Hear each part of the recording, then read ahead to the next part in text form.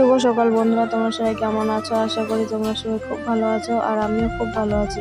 দক্ষিণ দিনাজপুর জেলার একটি ছোট্ট গ্রাম থেকে আমি বেলি অনুতনু ব্লগে আসার জন্য তোমাদের সকলকে অনেক স্বাগত, অনেক ভালোবাসা জানিয়ে আজকের ব্লগটা শুরু করলাম। সাথেই থাকো, সারাদিন দেখতে থাকো ব্লগটা, আশা করি ভালো লাগবে। তো দেখো, সকালবেলা কিন্তু অনু ওর বাবার সাথে স্কুলে চলে গেছে আর আমিও চলে এসেছি এখানে রান্নাঘরে চা করে নেব সেই জন্য। আর অনু না স্কুলে যেতে যাচ্ছে না, কেন যে খুবই জেদ করছে। স্কুল যাওয়ার কথা বললে সকালবেলা উঠে আগে কান্না করছে। আর যখন প্রথম স্কুল ভর্তি হয় তখন কিন্তু ভালোই স্কুলে যেতে চাইতো, আর মাঝখানে কি যে হলো তারপর থেকে আর এখন স্কুল যাওয়ার কথা বললে কান্না করে। কোনোদিন কান্না করে আর কোনোদিন কান্না করে না।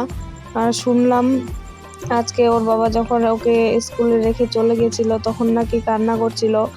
ভাই এসে বলল, ভাই ওকে নিয়ে এসেছিল স্কুল থেকে, তো ভাই বলল আমাকে, তাতেই শুনলাম।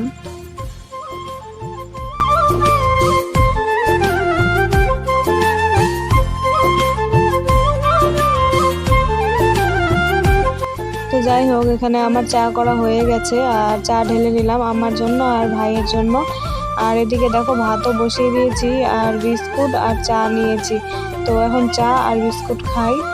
আর এদিকে ভাতও বসিয়ে দিয়েছি, ভাতও হবে আর আমার চা খাওয়া হয়ে যাবে, দুটো কাজই একসাথে হবে, তো সেই জন্যই আর কি একসাথেই বসিয়ে দিয়েছি।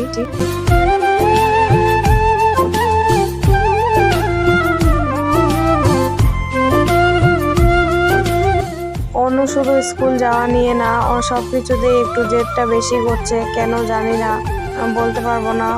তনু হওয়ার পর থেকে ওর জেদটা একটু বেশি বেড়ে গেছে। ও হয়তো ভাবে যে ওকে আদর করি না, সেই জন্য। তো যাই হোক, আমি ভাত বসিয়ে দিয়েছি আর এদিকে সবজি কেটে দিচ্ছি।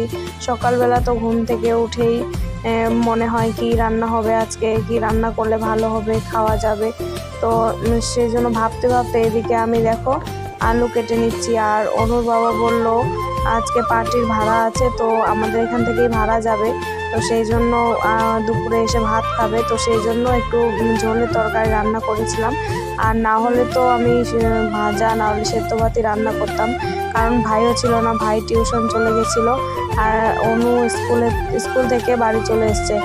ভাই ওকে আগে স্কুল থেকে বাড়ি নিয়ে আসলো আর তারপরে ভাই টিউশনে গেল। তো অন্যদের স্কুল এখন কিন্তু তাড়াতাড়ি ছুটি হয়। আর এখানে দেখো একটা কাগজ আমি কুড়িয়ে পেয়েছি আর ওটা আমি পড়ছি। আমার না এরকম কাগজ মানে গল্পর বই টই বলো, কাগজ বলো, পড়তে খুবই ভালো লাগে। আগে বেশি পড়তাম, এখন একটু কমে গেছে। আর এখানে দেখো ডাল বেটে নিচ্ছি, তো এগুলো দিয়ে আমি বড়া বানাবো।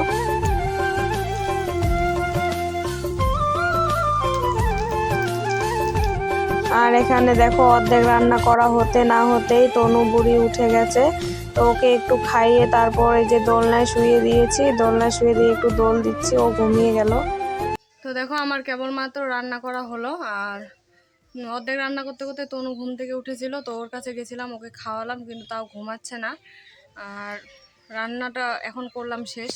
তো চলো কি রান্না করছি দেখাচ্ছি তোমাদেরকে। এই যে দেখো, এখানে আছে আলু, করলা, পেঁয়াজ, কাঁচা লঙ্কা দিয়ে ভাজা আর ভাত। আর আছে এই যে এখানে দেখো ঝোল। এই যে দেখো এখানে আছে ডালের বড়া দিয়ে আর আলু দিয়ে পাতলা করে একটু ঝোল, কি কোনো কিছু মশলা বেটে দেয়নি, শুধু কাঁচা লঙ্কা আর 5 ফোড়ন দিয়ে বানিয়েছি। আর কি রসুন দিয়েছিলাম ফোড়নে, তো এটা দিয়ে পাতলা করে ঝোল বানিয়েছি। যে গরম পাতলা ঝোলই খাওয়া ভালো, তো চলো খাওয়া যাক এখন।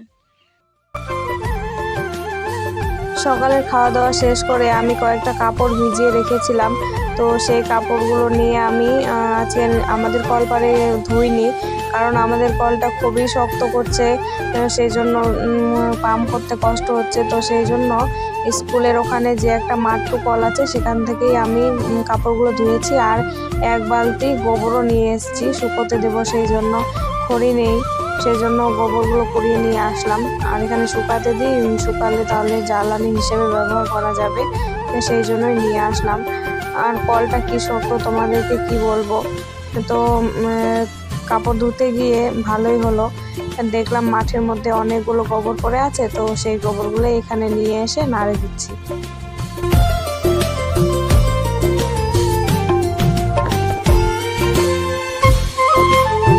এত রোদ উঠেছিল কি আর বলবো, তো সেই জন্য আমি এই আমের গাছটার নিচে বসে আগে গোবরগুলোকে মেলে দিলাম আর তারপরে একটু টেনে নিয়ে রোদের মধ্যে নিয়ে গেলাম।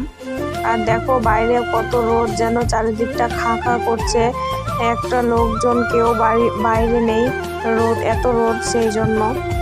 এই যে তনু কেবলই ঘুমালো, অনেকক্ষণে উঠছিল, চান করাই দিলাম, তারপরে খাইয়ে দিয়ে ঘুম পাড়িয়ে দিলাম। আর ওই যে অন্য তো ওখানে আছে বই গুছাচ্ছে, এখন ওকেও ঘুমিয়ে দেব।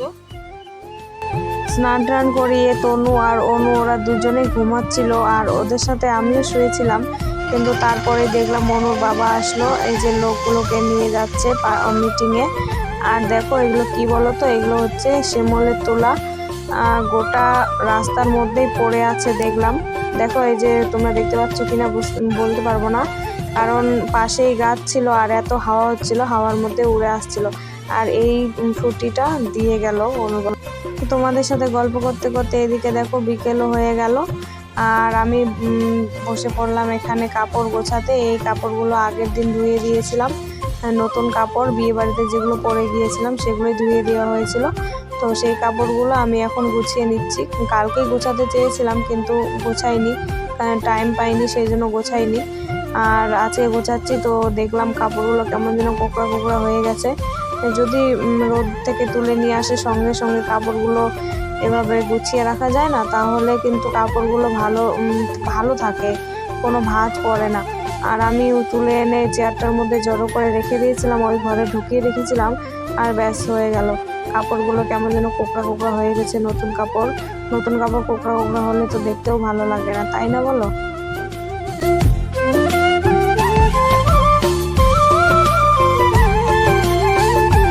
এই কাপড়গুলো গোছানো হয়ে গেলে আজকে যে কাপড়গুলো ধুয়ে দিয়েছি সেই কাপড়গুলো গুছিয়ে তুলে নিয়ে এসে গুছিয়ে আজকে রেখে দেবো ভাবছি, আর এভাবে জড়ো করে রাখবো না। তো চলো বন্ধুরা, এই যে দেখো এগুলো কাপড় হচ্ছে আজকে ধুয়েছিলাম, তো তুলে নিয়ে আসলাম। আর হচ্ছে যেগুলো একটু আগে গুছালাম সেগুলো হচ্ছে কালকে নিয়ে এসেছিলাম, মানে কালকে ধুয়েছিলাম, কথাগুলো উল্টা পাল্টা হচ্ছে। তো অনুরাও ফোন করলো, ওরা বলে আসছে বাড়িতে, তো আসলে খেতে দিতে হবে। রান্না করেছিলাম কিন্তু ভাত খাইনি, একটু কথা কাটাকাটি হয়েছিল, সেই জন্য রাগ করে ভাত খাইনি। তো ভাতে জল দিয়ে রাখছি, আসলে ভাত খেতে দেবো। তো চলো তোমাদের সাথে দেখা হচ্ছে নেক্সট ভিডিওতে। আর ভিডিওটি ভালো লাগলে অবশ্যই লাইক কমেন্ট শেয়ার করে দেবে। আর তোমাদের সাপোর্ট আমার খুবই প্রয়োজন, আমাকে প্লিজ তোমরা সাপোর্ট করো, একটু পাশে থাকো, বেশি বলবো না, একটুই পাশে থাকো। আর আমার চ্যানেলটিকে অবশ্যই সাবস্ক্রাইব করে দেবে। তো তোমরা যারা যারা আমার ভিডিও দেখছো তারা অবশ্যই একটা করে কমেন্ট করবে। আর প্লিজ তোমরা সবাই একটু আমার ভিডিও দেখো, আশা করছি ভালো লাগবে। প্রথম তাই হয়তো পাচ্ছি না, কিন্তু ভালো করার চেষ্টা করছি। আরও অন্যান্য ব্লগগুলো দেখে চেষ্টা করছি যেন কীভাবে ভালো করতে পারবো। আর তোমাদের কোন জিনিসটা ভালো লাগছে না সেটা অবশ্যই আমাকে জানাবে, আমি চেষ্টা করবো সে তোমাদের মনের মতন করে তোলার। তো চলো তোমাদের সাথে দেখা হচ্ছে আবার কালকে।